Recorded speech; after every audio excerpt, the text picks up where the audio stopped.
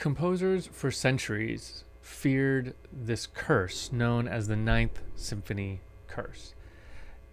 It was a fairly simple curse. It basically said, when you write your Ninth Symphony, either while you're writing it or shortly after, you're going to die.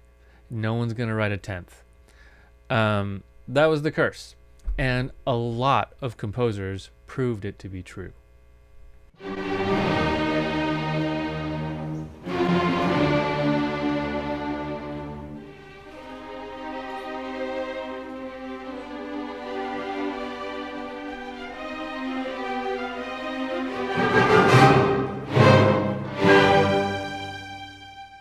So we can trace it back to Beethoven as kind of maybe the origin of it. Beethoven wrote 9 symphonies. He was working on his 10th symphony when he died. His 10th symphony is unfinished. However, some scholars have finished it, and you can occasionally hear performances of Beethoven's 10th. But just know that when you do, it was finished by scholars, because Beethoven died while he was writing it. We go on to composer Anton Bruckner. Bruckner had a habit of tinkering with pieces after he wrote them. It was very annoying to everyone in the publishing world, because he would write a piece and then he would want to edit it and edit it and edit it a lot. So he premiered his 8th symphony and was in the process of editing it, just about to start his 9th symphony, when he died. Another one, Dvorak, very interesting one.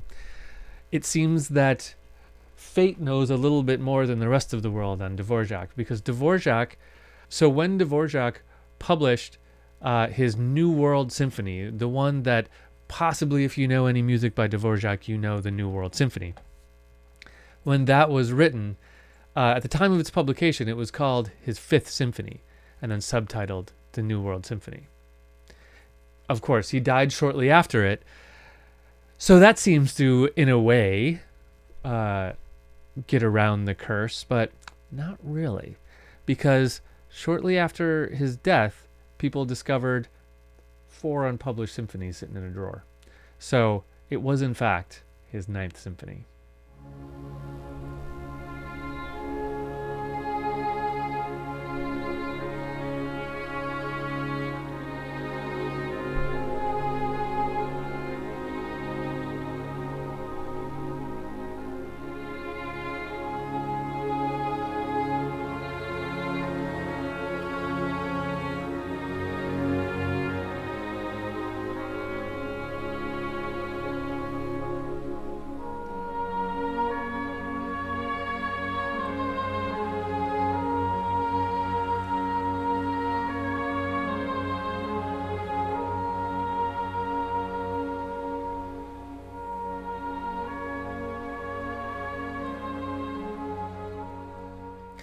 And then we get to Mahler. Gustav Mahler, he's probably the first one, as far as I know, that said publicly, there is a curse around the 9th Symphony.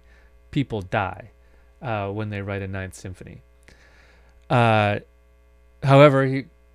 Mahler was very prolific, and he had written 8 symphonies, and he's thinking to himself, hey, I don't want to die, but what am I going to do? I can't stop writing symphonies, because that's kind of what he did, and he was really quite good at it. If you listen to any Mahler symphonies, he was really good at it. So he came up with a plan, a way around the curse. What Mahler did is he wrote 8 symphonies. After his 8th symphony, he wrote a symphony, but he didn't call it his 9th symphony. He called it Das Lied von der Erde, which means the Song of the Earth. It was structurally a symphony. It was his 9th symphony, but he called it a tone poem. He called it something a little different. Nowhere on it was it called Symphony Number 9 or anything to do with the number 9. So he wrote that piece. He was quite happy with it. It went well. After it was done, he sat down and he started writing Symphony Number 10. So he never wrote a 9th symphony. He basically wrote a symphony, called it something different, and then wrote a 10th symphony. So there's no 9th symphony. Although now people call Das Lied von der Erde a symphony number 9 of his. So that was his way of getting around the curse. However, as fate would have it, it didn't work. He never finished his 10th symphony. He, by all accounts, didn't get very far into it. He started working on it, died shortly after. Modern composers have talked about the 9th Symphony curse, and many have written pieces past the 9th Symphony. There are some people who have written lots of symphonies, but it is still something that modern composers think about from time to time. If you're writing symphonies today, which a lot of people still do, it's something you think about.